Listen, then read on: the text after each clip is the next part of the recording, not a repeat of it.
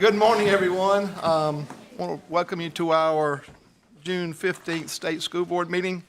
At this time, I'd like to remind you to please to silence your cell phones, if you don't mind. Also, everyone, please be aware that we are live streamed today. So the Mississippi Board of Education, June 15th, 2023 board meeting begins at 10 o'clock a.m. It's fourth floor of the Central High School building at the Mississippi Department of Education, located at 359 Northwest Street, Jackson, Mississippi. At this time, I'd like to ask Matt Miller to lead us in our pledge and Wendy Barrett to lead us in our invocation.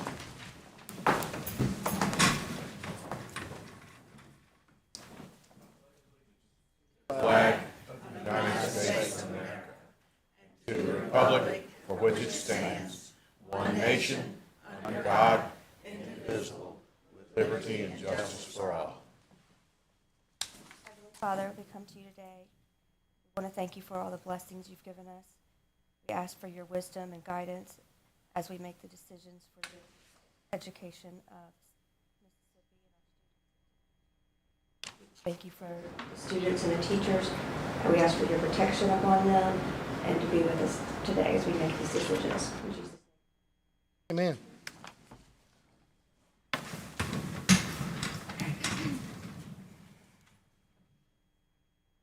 Board members, you have before you the minutes from the last board meeting, which we've been able to look at before the meeting and review. May I have a motion to accept those minutes, or are there any changes we need to make? Jacobs with the motion. Second. Second, Ms. Barrett. All in favor, say aye. Aye. Any opposed? Abstain. And one abstention. Mr. Pruitt, this is his first meeting with us today, so it's probably an appropriate vote, not having been here last meeting. You also have before you the approval of the agenda for today's meeting. Are there any changes or additions to it? If not, then I'll accept a motion to approve this agenda. So moved.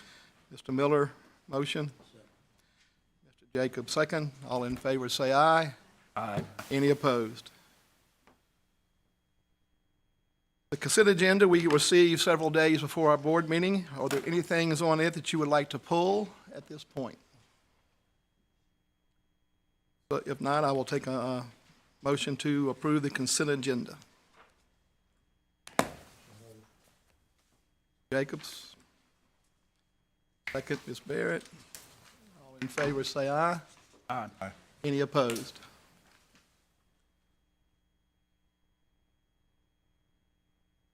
Comes to the fun part of our meeting. We have a presentation today. I'd like Mr. Kenneth Watson to come forward. He is the 2023 Mississippi Rural Teacher of the Year. He is a law and public safety instructor at Southeast High School in Lauderdale County. Come on up, Mr. Watson. Okay. Good morning, Mr. Kent, Mr. East, Mr. Watson, and state board members. Hold over right there. Okay. Then I'll shake that. Can you hear? I don't know if any of the mics are on. I don't know if we can hear. How we are? Okay. It is my honor to present to you this board recognition for the month of June. This month we are honoring Kenneth Watson, who is the 2023 Mississippi Rural Teacher of the Year. Recognizing more than half of Mississippi schools are designated as rural, the Program for Research and Evaluation for Public Schools, known as PREPS, established the Rural Teacher of the Year Award in 2021. The award celebrates educators who show a passion for teaching, learning, and making a difference in smaller schools and communities. Mr. Watson teaches law and public safety at Southeast High School in the Lauderdale County School District.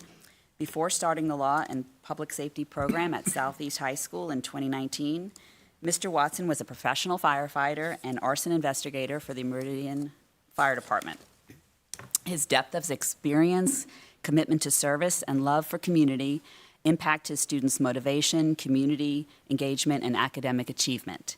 Mr. Watson is the sponsor of the Fellowship of Christian Athletes, the Shooting Sports Club, and Skills USA. He leads instruction and awareness about human trafficking through the pilot program in partnership with the Mississippi Attorney General's Office, the Mississippi Bureau of Investigation, and the Lauderdale County Sheriff's Department.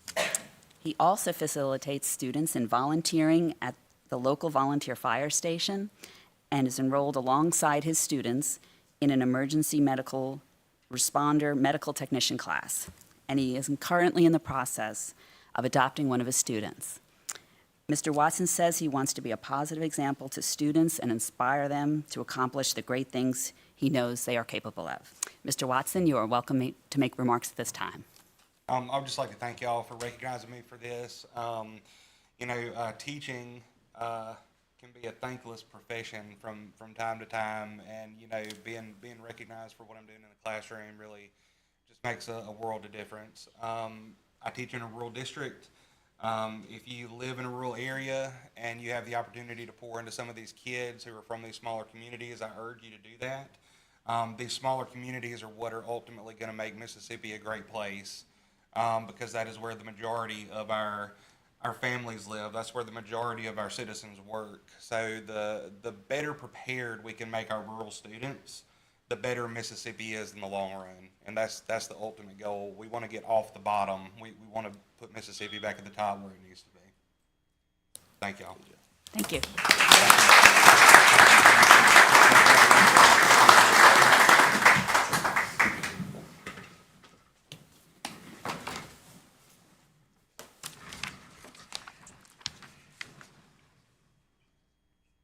All right, before I get slapped here, I think I need to go back and make sure we are aware we have 2 on live stream. Like I avoided getting slapped there, Mr. Jacobs. Make note of that. So, Mr. McGehee, if you'll let us know where you are, I can make these minutes proper. Absolutely. And bless you, Mississippi. All right, Ms. Werner? Alabama, Mississippi. All right, very well. Now we're back to being right, so we're in good shape. Mr. Kent, you've been a busy man the last few days and last few months. How about a quick report? Yes, sir. I'll try to make it as quick as I can. Good morning, everyone. So staff has been pretty busy this month. We're trying to close out the 22-23 school year and preparing for next year. Several of us this past week have had the pleasure of meeting our newest board member, Mr. Mike Pruitt. And Mr. Pruitt comes to us with some considerable school-based experience. He was on the board in Lamar County for quite some time, and he's still active as it relates to education with refereeing and umpiring and that kind of thing. So his heart is definitely with the young people of the state of Mississippi. Statewide assessment results. Districts are expected to receive their statewide assessment results for grades 3 through 8 for their review tomorrow. This is one of the first steps in the accountability process that determines school and district grades for the 22-23 school year. The accountability system. As I mentioned previously, Dr. Paula Vanderford will be reaching out to the directors of each of the 6 regional education service agencies known as RESAs about conducting some very focused discussions with superintendents during their meetings about specific areas where the statewide accountability system can be improved or strengthened. The accountability system remains a constant area of interest, obviously to superintendents because of the A through F grade system. So we want to continue to engage in discussions with them about what degree of change, if any, is needed to the system. My next topic is the $100 million funding allocation that we've been talking about since I began my short term. And I would like to begin by saying I think we have done absolutely everything we can do in the agency. The legislature has yet to arrive at the exact formula they want to use for the disbursement, but in our conversations with them, it appears that there are some specific guidelines that they're debating, and we have provided the districts and superintendents and business managers with as much information as we can in terms of estimates and ranges, and I think I sent you all a copy of the same communication that I sent to the superintendents. And so they're able to move on with their budgeting process because they've got at least a good estimate of what that allocation will be. And of course, as soon as we receive the exact direction from the legislature, we'll get that information out immediately. Dr. Donna Boone, Holly Spivey, and I met with Mississippi Department of Human Services Executive Director Bob Anderson to discuss the implementation of Mississippi's federal preschool development grant. This is a $30 million grant that will be dispersed over the next 3 years to improve access to high-quality early child care and education programs. Along with the Department of Human Services and MDE, grant partners include Mississippi Early Childhood Inclusion Center, Children's Foundation of Mississippi, and the Mississippi State University Social Science Research Center.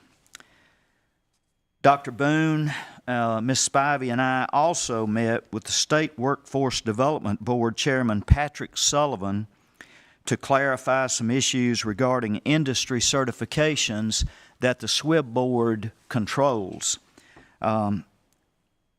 The SWIB Board is responsible for approving industry certifications for program offerings and also as it relates to our accountability system and reimbursement to districts. We're going back over there next week, June 20th, to determine the final list of industry certifications, and we hope to get that to you on the board agenda in July. I want to close with a little conversation about the not only national but international coverage of Mississippi's successful education reforms. We are really getting a lot of recognition for the advancements and the good things that are coming out of Mississippi. At your table, you have two examples. The first is a May 31 article by the two-time Pulitzer Prize-winning New York Times columnist Nicholas Kristof. Mr. Kristof traveled to Jackson and the Mississippi Delta in April because he was skeptical about the progress Mississippi had made in education. You will see from his article that he is no longer skeptical. This past month, we also hosted a documentary film crew from South Korea's Public Educational Broadcasting Company, which features Mississippi in a 10-part documentary about reading and literacy. We also have received positive media coverage for our literacy work from Fox News, Education Week, Mississippi Today, WLBT, and WJTV. The second example at your table is the executive summary in our news release about a report from the National Council on Teacher Quality that recognizes Mississippi as one of the top 2 states in the nation for ensuring scientifically based reading instruction in their teacher preparation programs. The report provides the most up-to-date information available on how teacher preparation programs prepare aspiring teachers to teach children how to read.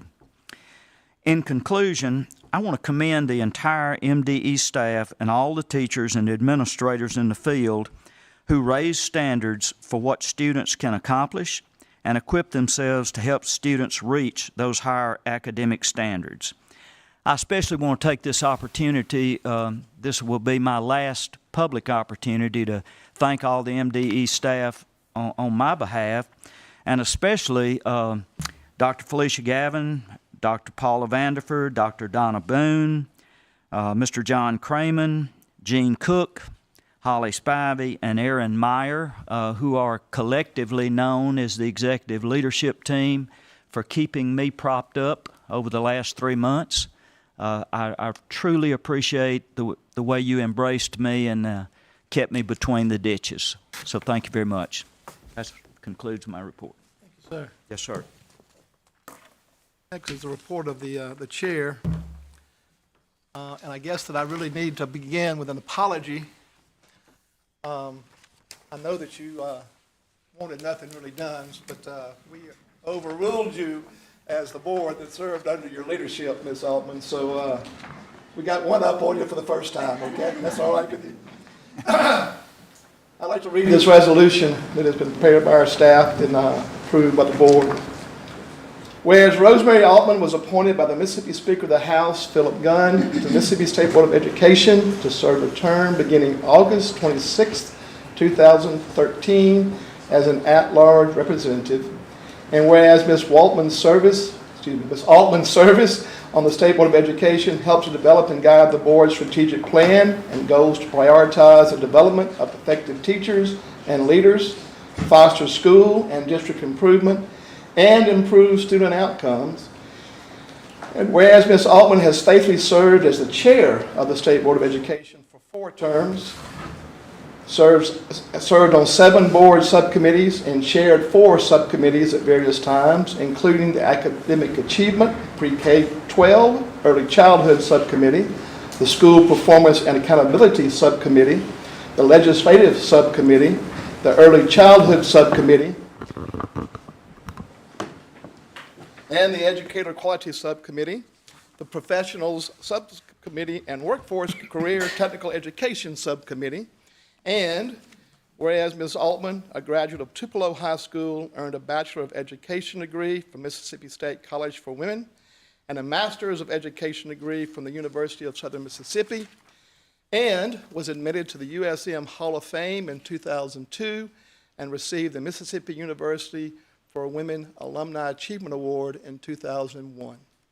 And whereas Ms. Altman devoted her early career to education, working as a teacher in the Clinton Public Schools, the Hattiesburg Public Schools, and Meridian Public Schools, and was the first woman appointed to the Clinton School Board, working on that board from 1983 to 1993, serving 2 terms as school board president. And whereas Ms. Altman successfully served on the State Board of Education by extensive training from the National School Boards Association in consensus building, employee negotiations, and team building, as well as skills acquired from the Certified Total Quality Management Program facilitated through special programs of the Department of Institutions of Higher Learning.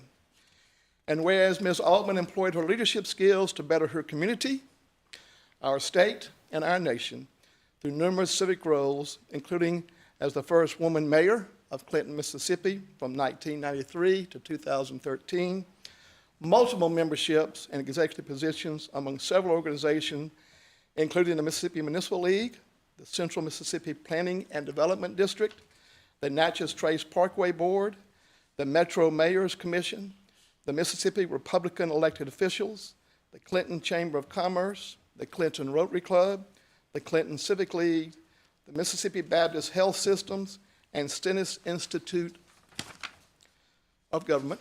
And whereas Ms. Altman has brought a dedication and a commitment to her role in the State Board of Education to make sure Mississippi's public schools are always improving and children receive the education they deserve, she has drawn upon her educational and business experiences to thoughtfully consider all matters before the board and has truly made decisions in the best interests of students across the state of Mississippi.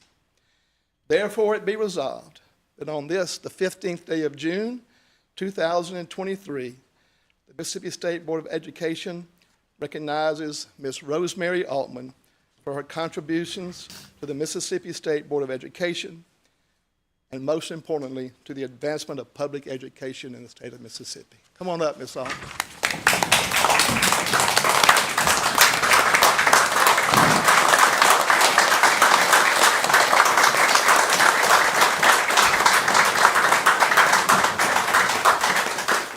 Just a small token from the group here for your service, and you don't have to open it now if you don't want to, but if you'd like to, we'd like you to do that. Oh, well, I'd love And we to. know you want to say a few words before we...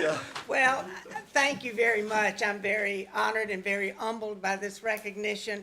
I was thinking this morning as I was dressing when the speaker called and asked, sit down, y'all don't have to stay down. When the speaker called and asked me if I would consider this. I had just left a, a pretty demanding job, and I was about 6 weeks out, and I wasn't sure I wanted to do it, but when I called him back, I said, I'll do it with one caveat. I'm not promising you 9 years. And so here I stand 10 years later. So apparently I was having fun, I don't know. But it has been so rewarding and so enjoyable to serve during, I think, what has been absolutely the best time in education in Mississippi. And it's been such a joy to be a part of that and to work with board members who shared the same commitment and who were willing to take broad leaps and hard stands to bring it all to fruition. And to the people who do the work every day, who took the policies and the programs and what have you and made them work, but more importantly to the administrators and teachers out there on the ground who made it happen. And it's all been for our children. And I think down the road, the future of our state is very bright. One of the things that I have enjoyed the most, and I want to give a shout out to Dr. John Kelly for his vision for this, was for us to have our student representatives. That has been such a delight to have these bright, insightful students on our board and to just see the vision and the depth of their knowledge to bring to our board, to us who are not in a school every day and perhaps aren't dealing with teenagers anymore. And it's been just an added dimension that we've been so proud to have. And the other thing I would say is the reason that these terms are for 9 years, it didn't take me long to figure that out. The first 5 you spend learning, Bill, all about the acronyms, the abbreviations, the programs, and who's responsible for what. So about 4 years, you're really a good board member. But it is so complex, and I'm proud to say we have a new person on board in our own Brett Robinson, who did a great job at Clinton High School. And I told him a minute ago, I said, you better get your roller skates because you're going to work. And that's the one thing I've been the most impressed about is how committed the people are here. So I'll close by saying that, as I told the board members, one of the benefits of serving on this board is you get to be and interact with people you would not otherwise come in contact with, and that has been the greatest reward. We've had fun, we've been able to interact in ways that we're always been congenial. We've had a lot of laughs and a lot of difficult times, but as I always say, press on, it's good. Thank you, and I'll sit down over here and open this. Thank you very much, Rosemary.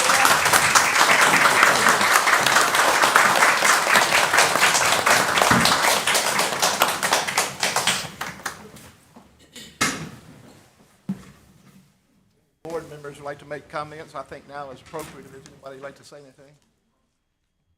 I think they're probably embarrassed her enough at this point. She actually threatened me to not do something like this, but we couldn't resist. Rosemary, thank you very much for your service. And also, always a teacher, you still are a teacher. You've taught us how to handle these roles and so on and so forth, and we appreciate that more than you'll ever know. Thank you very much. You also have with us today Mr. Mike Pruitt, who was appointed by Speaker Gunn on May the 16th. He has already been through a day-long board orientation and has gone home tired, so he now understands our role and how we learn through this. And as Rosemary said, you got a little head start on the acronyms, but they change as we get to this level too. So have fun learning those new acronyms and how this department functions and how the staff works to make the state a strong educational institution. So anything you'd like to add is appropriate. Well, I just put a mint in my mouth, so there's a lesson there. I didn't know this was coming up. I did. I spent a day. I got home. My wife said, "Well, what do you think?" And I said, "I thought I was tired. It was there was a lot thrown at me, but I left with an impression, being completely impressed with the professionalism and the depth of knowledge from everyone that I spoke to on that day. And I live here, and I'm committed to these kids. As Rosemary said, I don't know anything. I'm just an observer at this point. But I was completely impressed with the really serious. Thank you. Welcome aboard. Welcome aboard. I will tell you that we had a fun time yesterday. As Rosemary mentioned, it was one of the fun times. We were able to interview for our junior student representative. So to let everybody know, there were 28 students that applied for this position from across the state. We made our final selection yesterday. So from that group of 28, we interviewed Grace Taylor from the Rankin County School District, Kate Riddle from the Lafayette County School District, Alex Ritchie from the Oxford School District, and Yeram Coy from the Mississippi School for Math and Science. She's leaving Starkville High School to begin there this year. Every one of these candidates yesterday were exceptional. We had a great time listening to them, and I think we made the one grave mistake that we asked them were there any questions they had of us. And Mr. Pruitt, we've got a little experience. We were still scrambling to answer some of those questions yesterday from these very insightful students. So after yesterday, we have appointed or nominated or placed on the school as a junior representative of the state school board, Ms. Katie Riddle from the Lafayette County School District. And the backup, the alternate would be, junior representative would be Ms. Yeram Coy from the Mississippi School for Math and Science. So she will begin her term on July the 1st. So we'll welcome her aboard at our next school board meeting. We come to the part of our meeting where the student representatives make their presentations. It is summertime. Charlie is at the Mississippi Governor's School today, so he will not be able to make his report. And I'm not too sure Kate knows that she has to have one ready for July yet, so we're going to give her that time to figure that piece out. So we do not have a report from them. Also, there are no subcommittee reports this month. We have been in special call meetings taking care of business for the state, so there are none of those at this point. So now becomes the part of our meeting. We have our first action item, Ms. Paula Vanderford, on the approval of some temporary rules and the APA process.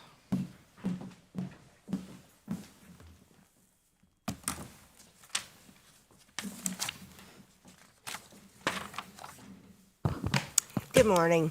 Our first item today is asking for the board's approval to submit for the APA public comment and the approval of a temporary rule to revise Appendix H of the Mississippi Public School Accountability Standards.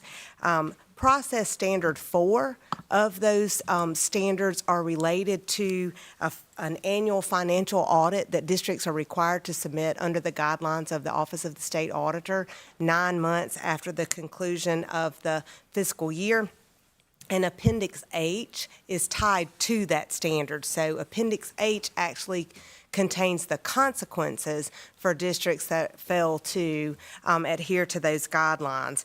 So in your backup material, you have a letter from February of 2023 that the department received from the Office of the State Auditor indicating that we had an alarming number of school districts, 92 to be exact, that missed that March 15th deadline as required by the federal regulations in submitting those deadlines. So after that letter was received, the Office of Accreditation, Dr. Malone, and then the Office of Education Accountability, Ms. Sonia Amos, they began to work to determine why we had this high number. So I just want to share that we took the proposal to relieve the consequences and actually hold districts harmless for the 22-23 school year. And of that 92, you do have the backup material as well that indicates the number of districts, that's the first year through the fifth year. The district, we have one district that has 5 consecutive violations on record, but 69 of the 92 were first year offenders. So as we work with these two offices, Mr. Kent has been involved, and so I'm going to turn it over to you, Mr. Kent, if you would like to say a few words, because Mr. Kent and Ms. Amos and Ms. Meyer actually met with the Office of the State Auditor to look at some resolution moving forward for this. Y'all probably remember this conversation. I brought this to you, I think, at least a month ago. And I think the bottom line is this. This is an opportunity for us to take a stance and speak up in behalf of our school districts who could not control this outcome. It's not their fault, at least quite a few of them. It's not their fault that they couldn't get that audit done. If there's only 8 companies in the entire state that do the work, and the companies couldn't get to them, Office of State Auditor agrees with us. They actually raised the issue and sent the letter to Ms. Amos, and so I think it's an opportunity for us to show good faith with our local districts and institute a hold harmless rule for this 1 year. Now, the chances are that you may very well be dealing with this again next year, but we will keep, there'll be a tally that we'll keep the tally, but I think it's something we're going to just have to keep an eye on moving forward. But I would hope that you would approve this. Ms. Bowles? Do you have anything to add from the commission meeting, Dr. Malone? Any questions from board members? As I understand it, the primary issue with this is it's a third-party issue. There are not enough independent accounting firms which are approved by OSA, correct? Correct. To do this work. And that it's the majority of the districts don't have the third-party accountants available to complete the audits timely. Am I right in that? Yes, sir. And as part of a solution to this problem going forward, and I completely agree with what you said, Mr. Kent, the districts, I can't see any reason why to hold them at fault for actions of a third party. But part of the issue going forward, a solution seems to me is there has to be the pool of accountants who are eligible to do these audits has to be expanded. And that the entity that controls that is the state auditor's office, correct? Yes. Has they had conversations with you saying that they're willing to expand the pool? Yes, sir. And Miss Amos and I think I'm trying to remember who else was involved in that trip over. Miss Meyer, yes, that they indicated a desire to work with us on that. They indicated that they had been trying to improve that pool or enlarge it. But that is the solution, is more people to do the work. And they ultimately control that because they approve those firms. No, I agree that this needs to happen for this year, and I also agree that this needs to be a temporary fix, not a permanent one, a temporary change, not a permanent one. Secondly, it also seems, based on the other information I've received from y'all, is that the overwhelming majority of these districts who did not turn in their audits on information on time were first-time offenders because of this third-party issue. What I'm hoping to avoid is that those districts who are repeat offenders don't take advantage of this rule to continue to be repeat offenders, because the last thing we want to do is take over another school district, number one. And fiscal irresponsibility is the way that make that happen. So I just want to make sure that those particular districts who are constantly on the naughty list are still working toward getting off of it. Yes, sir. And just to reiterate, I think I said this, but this temporary rule and this policy revision, as indicated in the backup material, is only for school year 22-23. So this is just a 1-year recommendation at this time. It's not a long term. However, as I understand from CPA friends, this is a problem statewide, the same way we have with finding teachers, finding nurses. There's a vast shortage of CPAs out there, so it may be a problem going forward, but I think correct. I would like to add, the CPA firms that do this work are good at staying in touch with the state auditor's office and Ms. Amos's office to know which districts already have these violations on record. And they do a pretty good job of trying to get to the ones who have already been late in the past and get those done first to avoid this from happening. But this year, it just seemed to have all caught up with it. Any other comments? Seeing none, I will entertain a motion under the Office of Chief Accountability Officer for item number 1. Do I have a motion? So moved. Matt Miller, motion. Bill Jacobs, second. All in favor, say aye. Aye. Any opposed? Everybody was a yay. Under Felicia Gavin's world, the approval of the MD contracts, 2A, 2B, 2C, 2D, 2E, 2F, 2G, 2H, 2I, 2J. Dr. Gavin. Good morning. As indicated by Mr. Chairman, we do have several contracts that are coming before the board for your approval this morning. It is that time of year as we end our fiscal year 2023, headed into fiscal year 2024. We have several contracts that need to be renewed for July 1st of 2023. The first item is items A and item B are employment agreements. First item is employment agreement with Dr. Wilson, who serves as our interim superintendent for the Holmes County Consolidated School District. Item 2B is Dr. Earl Watkins' employment agreement, who serves as our superintendent for the Achievement School District. Item 2C is a contract with Canvas to provide and host an online instructional learning management system for our Office of CTE.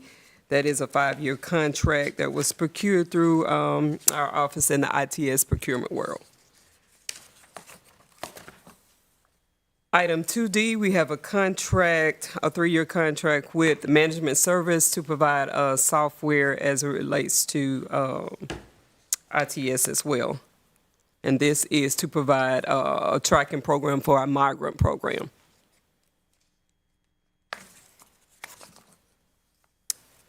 Item 2E and item 2F, these are emergency contracts that we're bringing forth to the board for approval. And the reason it's item 2E and item 2F are procured as an emergency contract, originally these contracts were procured through the Office of Personal Service Contract Review Office. That is one of our partnering agencies that we have to submit our contracts through with the Department of Finance and Administration. This contract was initially procured through that office, but after further discussions with them, a lengthy discussion with them, the change of purview was moved from their office to ITS. And during that time, because it was such a lengthy discussion in determining who had purview over those contracts, we did not have adequate time to go out and procure those contracts on the competitive process that we normally would. So that's why those are 1-year contracts. We did start the process in time to procure those competitively, but due to the change in purview from OPSCR, another acronym, to ITS, we had to procure it as an emergency 1-year contract. So we are in the process of procuring those long-term for the next year under our normal process. And it will go through through the Department of ITS. That's item 2E and item 2F. And those are contracts with data recognition, the first one being the English Learning Proficiency Test, ELPT, and then the second 2F is our MAP assessment with DRC as well.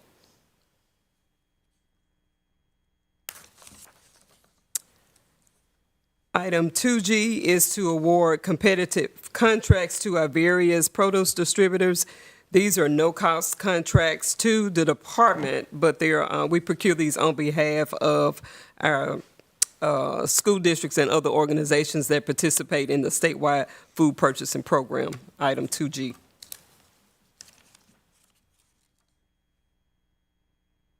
Item 2H is to procure a contract with Applied Engineering Management Corporation to provide consulting services.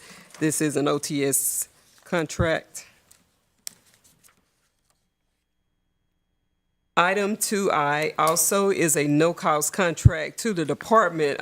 It is to provide contracts to various full-line distributors to supply and deliver food products, again, to the local school district and organization that participate in our statewide purchasing system across the state.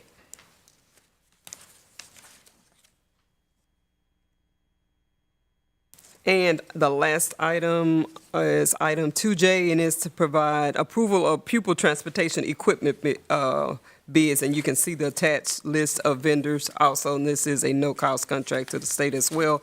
Just an opportunity for the districts to purchase transportation equipment from the list of procured vendors that we have procured on their behalf.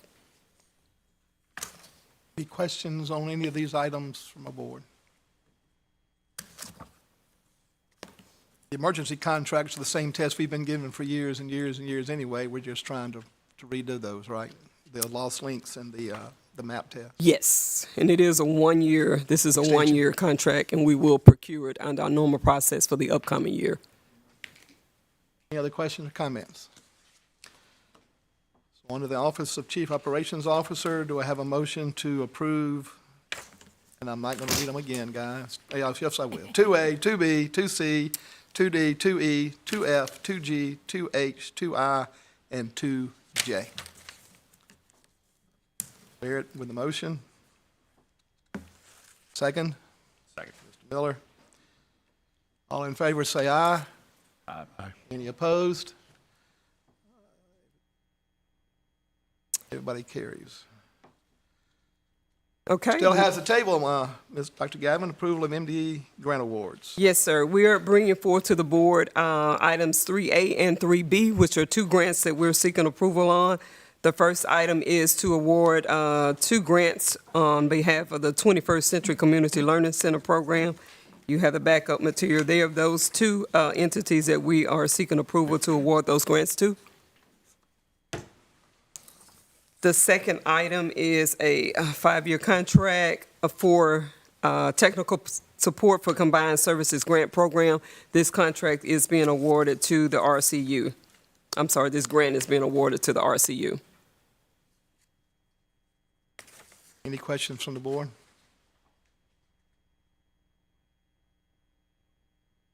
Questions? I'll take a motion from the Chief Operations Officer for items 3A and 3B. Motion? Bill? Second? Wendy? All in favor, say aye. Aye. Any opposed? You have before you the consent agenda, and what these are for everyone that's here. These are items that we received earlier that are able to review, and we do them in one motion. I think basically to make sure our time together is not as long as it has to be. And again, we get to preview these before the meeting each month. So, is there anything on the consent agenda? There are questions from the consent agenda that you would like to discuss? Seeing none on the consent agenda, would like a motion to approve items A through Y. So moved. Got Mr. Jacobs with the motion and Mr. Pruitt with the second. All in favor, say aye. Aye. Any opposed? Motion carries. We're to the point of our agenda. Is there a need for executive session? I move that the board consider making a closed determination of the need to go into executive session. Mr. Miller has made a motion. Is there a second? Mr. Jacobs on the second. All in favor, say aye. Aye. All opposed? Motion carries. All right, so at this point, we're going to pause our live stream and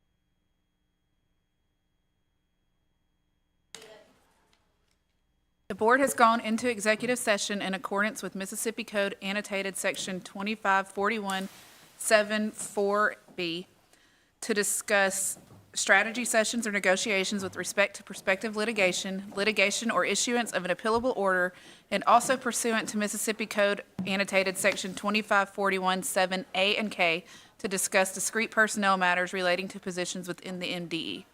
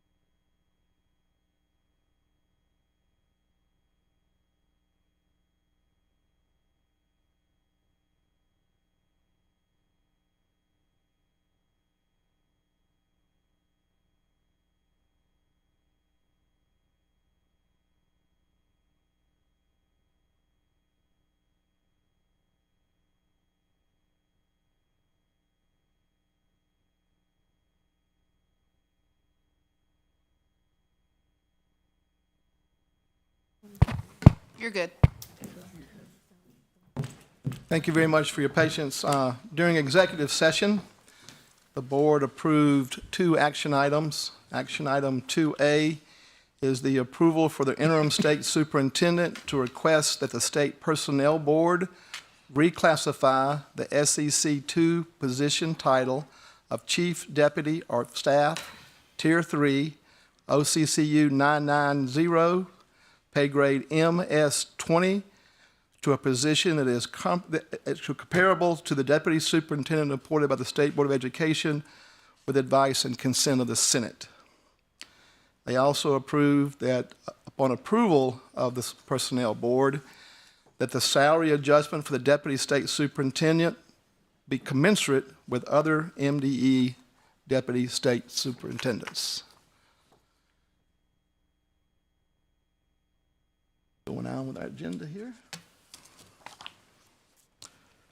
The Mississippi Department of Education School Board will meet on July the 27th here in Jackson at Central High School.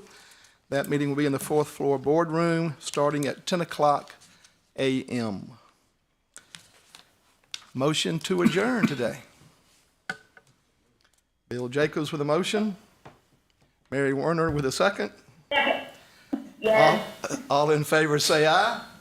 Aye. Any opposed? Motion carries. We will have a great weekend coming forward, and we will see you again.